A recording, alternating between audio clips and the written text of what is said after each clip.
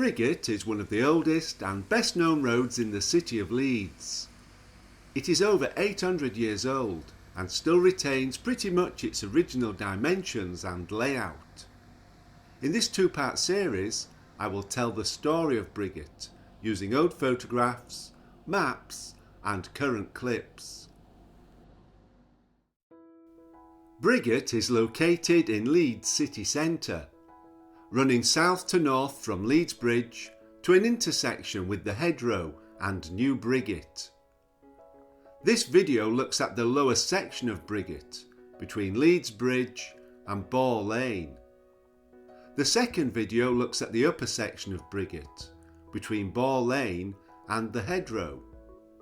A third video tells the story of New Briggate, a Victorian extension to this important thoroughfare.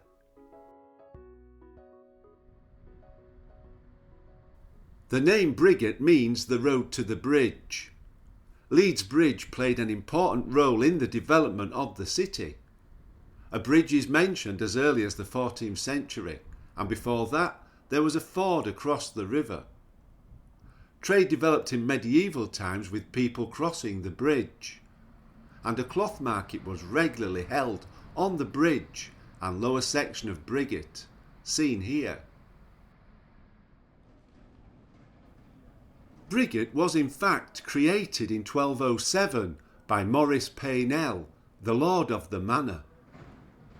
It was a manorial borough, a new town, laid out with an exceptionally wide road running north to south and connecting with Leeds Bridge. The layout has pretty much remained the same throughout the last 800 years. This photograph from the Victorian period shows a view of the lower section of Briggate, looking north towards the junction with Ball Lane. The well-known landmark Dyson's clock is visible.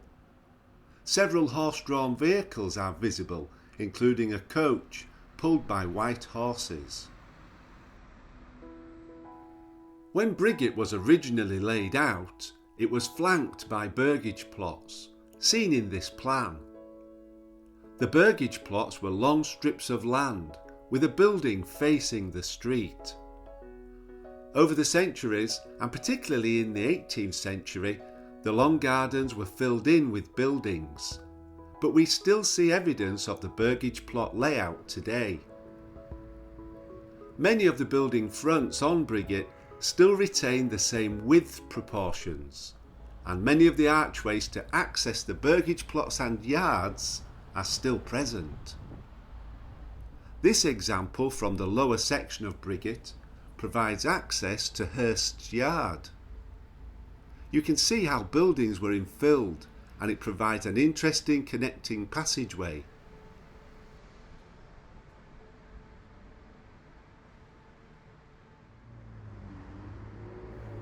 This example accesses Blade's Yard, near the very bottom of Briggate. Once again there is infilling of buildings, and some interesting mews cottages exist here.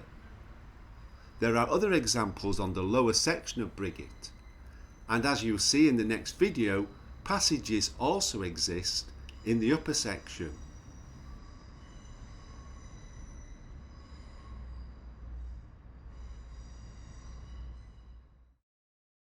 The arrival of railways to the city had an impact on many of the city's older thoroughfares, and Briggate didn't escape being affected.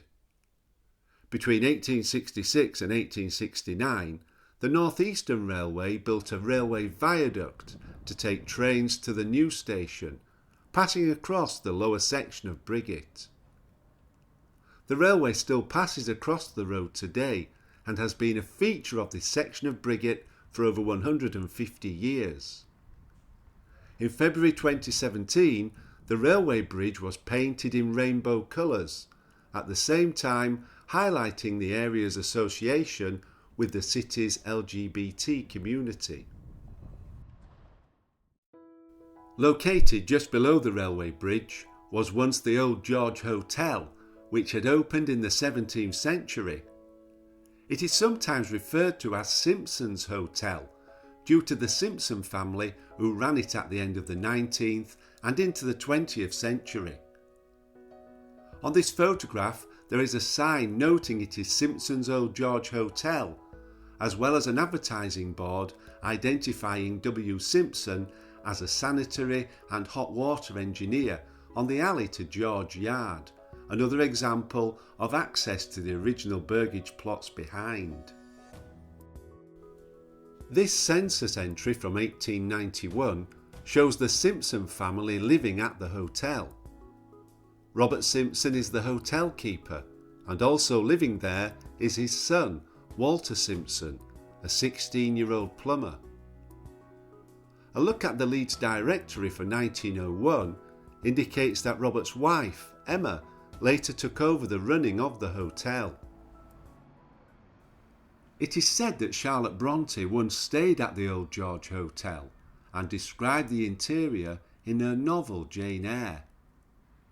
The hotel closed on the 30th of April 1919, apparently after being inherited by a Quaker gentleman who, unable to reconcile his religious beliefs with being the owner of a place where alcohol was sold and consumed, allowed the licence to lapse. The buildings that existed at the corner of Briggate and Call Lane, including the premises that were once the Old George Hotel, were pulled down in the middle of the 20th century and replaced with a single building that was home to Fred Verity and Son, who were well-known ironmongers in the city. It is a substantial building that isn't unattractive, and it perhaps heralded the modernist architecture which was introduced to the city centre in the second half of the 1900s. By the 1980s, the upper floor of the building was home to Belinda's Discotheque, with an entrance pretty much where the Old George Hotel used to stand. Increasingly, the lower section of Briggate has become home to numerous pubs, clubs and night spots, although the entrance that used to provide stairs up to Belinda's is no longer in use. The poster board is still in the same place though, and I think there is faint evidence of the old garage sign on the wall under the bridge. Many of the buildings that existed on the western side of Briggate, above the railway viaduct and seen in this photograph, replaced much older buildings that were once here. These in turn were pulled down in the 20th century. In time, they were replaced by what is currently the Yorkshire Housing Offices, a rather plain, anonymous building. However, alongside them, the Time Ball buildings have managed to survive. The business of clockmaker and jeweller John Dyson was established here in 1865. Dyson purchased two old cottages dating from the 1650s and built the shop frontage seen here. Dyson's clock was a popular meeting place for courting couples for many years. The shop featured a time ball on the outside of the building, which was connected to a signal from Greenwich. The time ball rose on a pole, and at exactly 1 o'clock it would fall, allowing observers to set their watches accurately. Time balls were used throughout the UK until 1924, when the telegraph system was replaced with a radio signal. Very few still survive. Thankfully, many of the buildings on the eastern side of this section of Briggate have remained, and they are an interesting collection of properties that look soot-laden in this photograph from 1956. It is interesting to note that the properties on this side of the street are numbered 152 to 178, whilst those on the opposite side are numbered 1 to 32. The cream-coloured double-fronted building lower down is where the Royal Hotel once stood. The front is in fact a facade built to resemble the original frontage of the old coaching inn that had existed from 1692. It was attempted to keep the facade during work in the 1980s, but it collapsed and had to be replaced.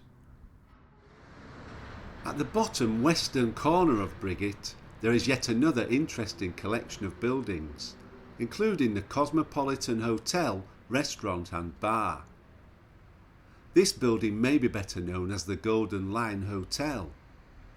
Alongside it was once Class, a very famous menswear shop in the 1980s, which sold the two-tone clothing that many people couldn't get enough of. A trip into town on a Saturday for many young people meant a visit to Class and then on to the record stores higher up on Briggate. Briggate is intertwined with the history of the city of Leeds. In the second video, I will tell the story of the upper section of Briggate, where some of the city's largest stores have existed and still do, and where the Leeds saying of "it's like the middle of Briggate" originated. Thank you for subscribing, and press like if you have enjoyed this look at Leeds history. Check out the other Leeds Local History videos on the Geography Juice channel. Thank you for watching.